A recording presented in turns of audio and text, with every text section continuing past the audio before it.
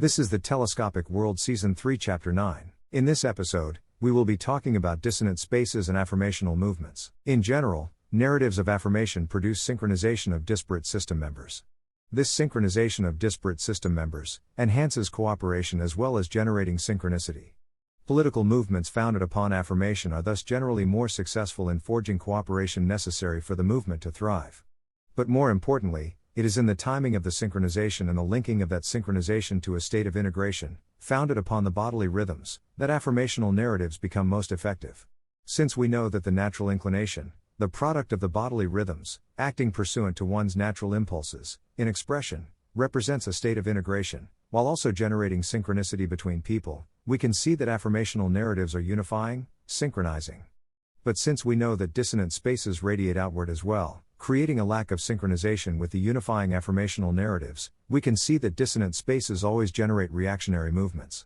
These reactionary movements are less effective at unifying people precisely because they are constructed upon rejection of the synchronizing narrative of the bodily rhythms. Since we also know that dissonant spaces galvanize a reactionary synchronicity within disparate system members as well, we can see that the linking of reactionary movements to the creation of dissonant spaces is sometimes counterproductive in that it generates a counter-reaction within the synchronization of the masses.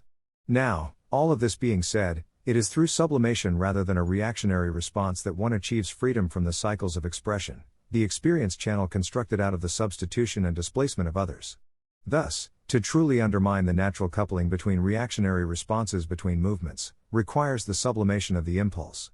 For only in generating a decoupling of reactionary responses between divergent movements can one successfully evade the natural synchronization of affirmatory narratives. The other option, of course, is to reorient one's movement towards the affirmatory narratives represented by the bodily rhythms. The apparent uniformity of any movement built upon affirmation relies upon a common conception of what is the good. If you can reorient people's understanding of what should be affirmed, you can likewise produce a distinct and counter movement which possesses the same capacity for synchronization. In effect, what I am saying is, there must always be some element of a reactionary movement which sublimates the impulse rather than reacting with negation. The reason is that only in eliminating the coupling of reactionary movements through sublimation can one truly build a reactionary movement on negation.